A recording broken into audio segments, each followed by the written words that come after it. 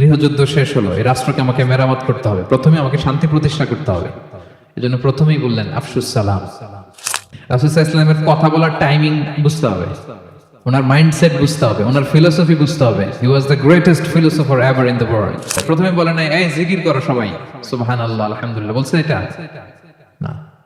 প্রথমে বলে নাই এই মেয়েরা সবাই পর্দা করো, মাথায় কাপড় দাও, বলছে? প্রথমেই বলেছেন শান্তির পয়গাম পৌঁছে দাও। উনি সবেমাত্র মদিনায় আসলেন, মদিনার একটা ভঙ্গুর রাষ্ট্র ব্যবস্থাকে উনি মেরামত করবেন, সংস্কার করবেন। এখন যে কথাটা বলবেন এই কথাগুলো গুরুত্বপূর্ণ না? গুরুত্বপূর্ণ।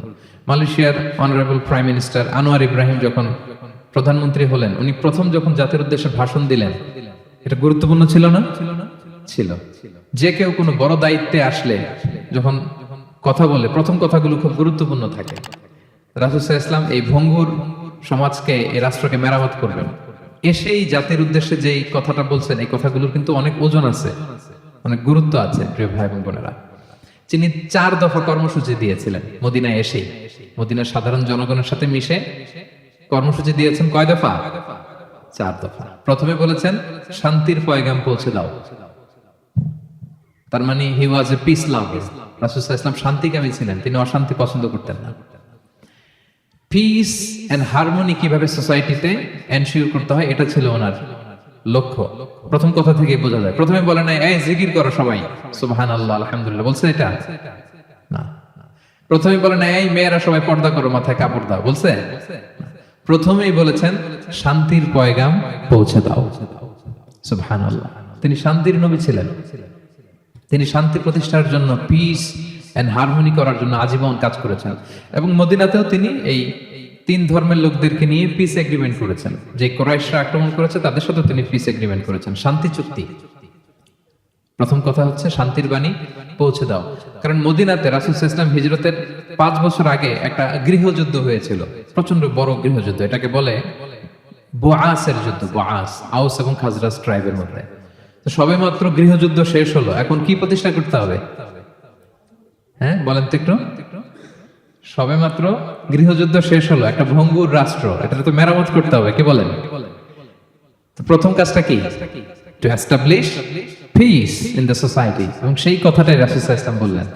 রাসূল সাল্লাল্লাহু আলাইহি ওয়াসাল্লামের কথা বলার টাইমিং বুঝতে হবে, ওনার মাইন্ডসেট বুঝতে হবে, ওনার ফিলোসফি বুঝতে হবে। He was the greatest philosopher ever in the world. পৃথিবীর সবচেয়ে বড় দার্শনিক ছিলেন আমাদের নবী। তিনি কোনো কথা এলোপাথারি আন্দাজে বলে দেয় না, একটা বড় এইম রেখে। গৃহযুদ্ধ শেষ হলো, এই রাষ্ট্রকে আমাকে মেরামত করতে হবে, প্রথমে আমাকে শান্তি প্রতিষ্ঠা করতে হবে। এই জন্য প্রথমেই বললেন আফসুস সালাম।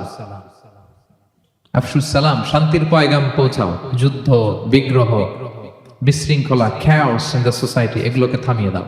এটা ছিল প্রথম মেসেজ। তারপর কি বললেন? ওয়া আত'ইমুত তাআম, মানুষকে খাবার খাওয়াও, ফুড শেয়ার করো। এটা সিম্পলি শুধু খাবার খাওয়ানো বুঝলে হবে না, খাদ্য সংকট দূর করো। খাদ্যদ্রব্য মানুষের নাগালে নিয়ে আসো, মানুষের ঘরে ঘরে খাবার পৌঁছে দাও। কারণ আগে তো পেট ঠিক থাকতে হবে, কি বলেন? বাংলা একটা কথা বলে যে পেটে খেলে পিঠে সয়। এবং আরবরা একটা কথা বলে যে এইখানে পৌঁছার আগে তোমাকে এইখানে পৌঁছতে হবে।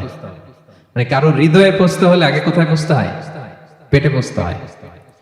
তো রাসূল সাল্লাল্লাহু আলাইহি ওয়াসাল্লাম শান্তির কথা বলার পরপরই বললেন যে আগে খাদ্য সমস্যা দূর করো, খাদ্য সংকট দূর করো। এই যে আমাদের বাংলাদেশে এখন একটা খাদ্য সংকট যাচ্ছে না, এটা কিন্তু অনেক বড় ধরনের সমস্যা। খাদ্য ঠিক, ফুড আইটেম ঠিক, তো সব ঠিক।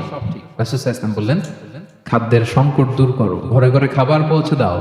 The vulnerable people of the society, তাদের প্রতি টেক কেয়ার করো, লুক আফটার করো, অনাহারের মুখে খাবার পৌঁছে দাও। এটা ছিল দ্বিতীয় কর্মসূচি।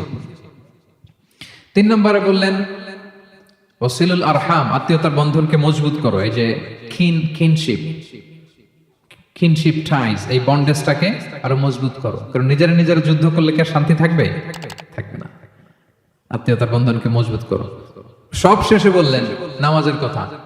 আমরা কারোর সাথে দেখা হইলে প্রথমে কি বলি? আগেই বলি নামাজ করেন, দাড়িটারে লম্বা করেন, মাথায় একটা টুপি দেন, বোরকা পরেন। এই কঠিন কঠিন কথা বলে আমরা মানুষকে দিন থেকে ভাগাই।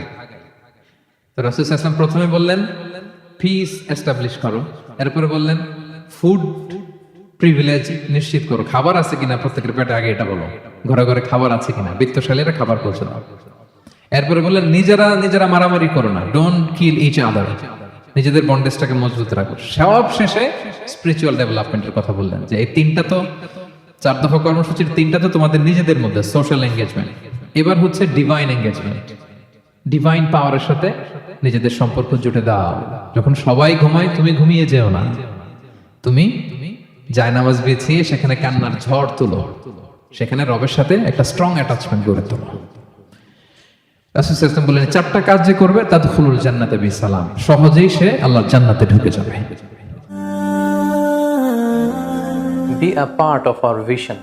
Do listen and share the khair.